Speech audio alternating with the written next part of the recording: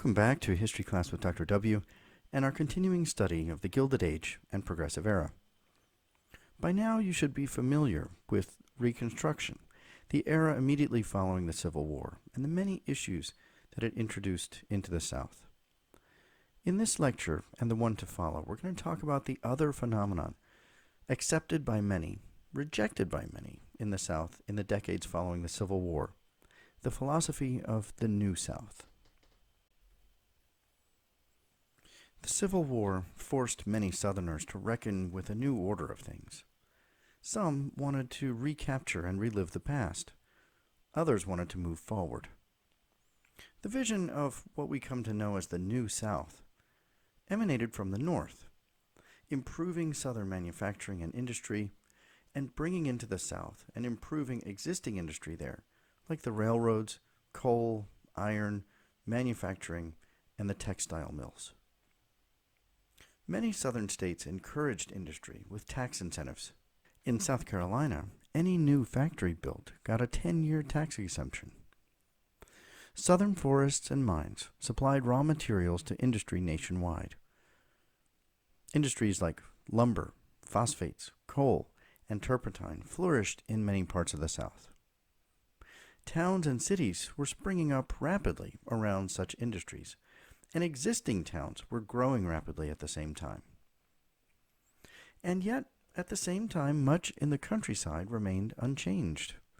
Sugar, tobacco, and cotton still ruled the South. The more cotton that Southern farmers grew, however, the poorer they became. They were growing more cotton, but prices kept falling due to competition from India, Egypt, Brazil, and elsewhere. This was a phenomenon that had its roots during the Civil War, when nations like England had to search to other parts of the world for suppliers of cotton rather than the South, which was cut off. In 1873, the South produced 9.35 million acres dedicated to cotton. In 1894, about 20 years later, that number had soared to 23.6 million acres, and yet total income was lower. One Georgia farmer fumed. "A magnificent yield of cotton leaves the people unclothed. A magnificent yield of corn leaves them scantily fed. Strange state of things, when abundance brings want, and success means failure."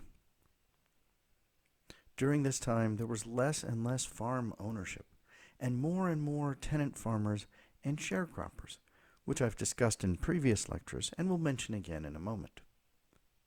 The old planter aristocracy, while down for a time during and after the Civil War, eventually more or less returned. Some middling farmers rose to the rank of planter. In the impoverished South, they still had advantages, things like connections, credit, loans, and knowledge that outsiders and the freed slaves didn't have. Much of the existing labor force, meaning the freed slaves, still remained in the South, and yet they had to develop new ways of utilizing this labor force. Others of the free slaves left the South in growing numbers as we approached the turn of the century. So what are we to make of this new South? Did it achieve its goals of transforming the South? In some ways, lasting change was introduced in the South, and the New South period did introduce new industries and businesses. But the positive image that was pitched by boosters of the New South idea was surely exaggerated, and the new industries carried with them problems and issues that may have only made matters worse. While the phenomenon of the northern carpetbagger has been overplayed, the new industries in the South were closely tied to the northern economy. Southern industrialists relied on northern banks for financing, northern rail companies for their expertise, and they imported northern industry experts, managers, and advisors. Southern industry also had to compete with northern industry, which was much more thoroughly established at that time. The call for industry in the South was so widespread that often factories couldn't find qualified managers. At times, they were left in the hands of inexperienced and unqualified managers. Among the industries that were popular in the New South were mining and the timber industry, which has led some scholars to describe the South in this era as a colonial economy, harvesting raw materials for the benefit of distant markets. In other cases, though, Southern industry led to deeper changes, with mixed results. One industry that thrived for a time in parts of the South was mining for phosphates for fertilizer, an industry that helped make Charleston a leading Southern city in the 1880s. For all the money made in the phosphate industry, though, it failed to significantly transform the South. In some ways, it replicated the old plantation economy, as a nearly all-black labor force toiled away, while a nearly all-white management and ownership class raked in the profits. These owners cared little about bringing real change in the South, but rather living the lives of wealth and luxury they had become accustomed to.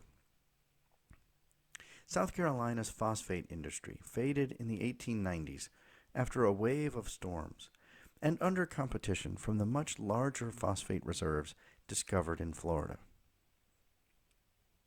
Equally prosperous, but also short-lived and limited in its lasting impact, was the iron industry in parts of the Upper South. Iron was the staple of cities like Chattanooga, Tennessee, and Birmingham, Alabama. But the New South iron industry suffered to break free from some Old South traditions. It relied on the cheap and plentiful labor of poor blacks and poor whites, who had little other choice but to toil away under difficult conditions for little money. But the perpetual availability of almost limitless cheap labor stifled interest in adopting labor-saving machinery, and eventually the iron industry of the South fell behind the steel industry and other manufacturers in the North. Another prominent industry in many parts of the South was logging, which again relied on the abundant source of manual labor and in some ways resembled a colonial economy. Logging also contributed to a number of growing environmental issues that we'll talk about later in the course. Perhaps the most widespread industry in the South was the textile industry, which also carries a mixed legacy. Unlike the iron industry, which focused on just a few cities, the textile industry flourished all over the South. Southern textile factories included some of the most up-to-date technologies and innovations, leading to great enthusiasm for the industry in the South. Southerners were similarly enthusiastic that the industry was largely built by Southerners themselves, with little influence from Northerners. The textile mills had obvious appeal for certain types of people in the South, who benefited from the type of labor offered. Single women, some single men, and families, especially those with young daughters, were drawn to the steady labor provided by the mills. But despite the idealistic images portrayed by some boosters of the New South, the mills also carry a mixed legacy. Among the negative elements of mill work were child labor. As much as 1/3 of all mill workers were under the age of 15, many of them girls. The pseudo-slavery that the mills imposed on families working for them. While providing steady work for family members, it also became very difficult for families to break free and leave. And the mill villages, which carried some of the problems of the large urban centers of the North, including overcrowding, disease, pollution, noise, petty crime, and other concerns. The mills were also racked by labor issues, including labor shortages and eventually strikes. Despite the mixed legacy of such industries, the New South did introduce some lasting changes, and by the turn of the 20th century, the plantation economy of the pre-Civil War was a distant memory. In our next lecture, we'll talk about some of the social and cultural legacies of the New South phenomenon.